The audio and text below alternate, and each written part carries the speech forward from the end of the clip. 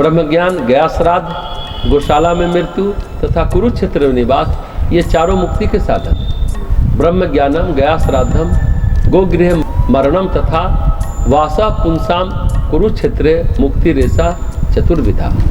हे व्यास जी, सभी समुद्र, नदी, वापी, कूप, तड़ाग आदि जितने भी तीर्थ हैं, ये सब इस गया तीर्थ में स्वयमेव स्नान करने के लिए आते हैं, इसमें संदेह नहीं है। गया में श्राद्ध करने से ब्रह्महत्या, सुरापान, स्वर्ण की चोरी, गुरु पत्नी गमन और उक्त संसर्ग जनित सभी महापातक नष्ट हो जाते हैं। ब्रह्महत्या, सुरापानम, स्त्यम, गुरुमम गनागम, पापं तत्सम गजम सर्वम गया श्राद्धाद विनश्यति। जिनकी संस्कार रहित दशा में मृत्यु हो जाती है, अथवा जो मनुष्य पशु तथा चोर द्वारा मारे जाते हैं, या जिनकी मृत्यु सर्प के काटने से होती है, वे सभी गया श्राद्ध कर्म के पुण्य से बंधन मुक्त होकर स्वर्ग चले जाते हैं। गया तीर्थ में पितरों के लिए पिंडदान करने से मनुष्य को जो फल प्राप्त होता है, 100 करोड़ों वर्षों में भी उसका वर्णन मेरे द्वारा नहीं किया जा सकता। ब्रह्मा जी ने पुनः व्यास जी से कहा कि कट देश में गया पुण्यशाली है, राजगिरी वन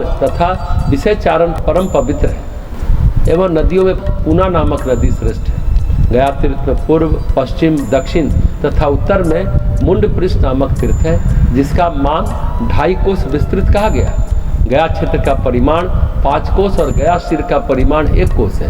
वहाँ पर पिंडदान करने से पितरों को शाश्वत तृप्ति हो जाती है। पंचक्रोशम गया क्षेत्रम क्रोशमेकम गया सिरः तत्पिंड प्रदानेन तृप्तिर्भवति शाश्वती। विष्णु पर्वत से लेकर उत्तर मानस तक का भाग गया का सिर माना गया। उसी को फल्गु तीर्थ भी कहा जाता है। यहाँ पर पिंडदान करने से पितरों को परम गति प्राप्त होती है। गया गमन मात्र से ही व्यक्ति पितृऋण से मुक्त हो जाता है। गया गमन मात्रेण त्रिऋणाम मंदिरो भवेत्। गया क्षेत्र में भगवान विष्णु पितृदेवता के रूप में विराजमान रहते हैं। पुंडरीकाक्ष उन भगवान जनार्दन का दर्शन करने पर मनुष्य अपने तीनों ऋणों से मुक्त हो जाता है।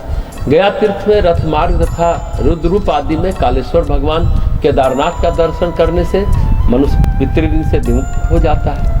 वहाँ पितामह ब्रह्मा का दर्शन करके वह पाप मुक्त और प्रपितामह का दर्शन कर अनामय लोक की प्राप्ति करता है। उसी प्रकार गदाधर पुरुषोत्तम भगवान विष्णु को प्रयत्न पूर्वक प्रणाम करने से उसका पुनर्जन्म नहीं होता। हे ब्रह्मर्षि, गया तीर्थ में मौन धारण करके जो मौनादित्य और महात्मा कनकारक का दर्शन करता है, वह पितृऋण से विमुक्त हो जाता है और ब्रह्मा की पूजा करके ब्रह्मलोक को प्राप्त होता है।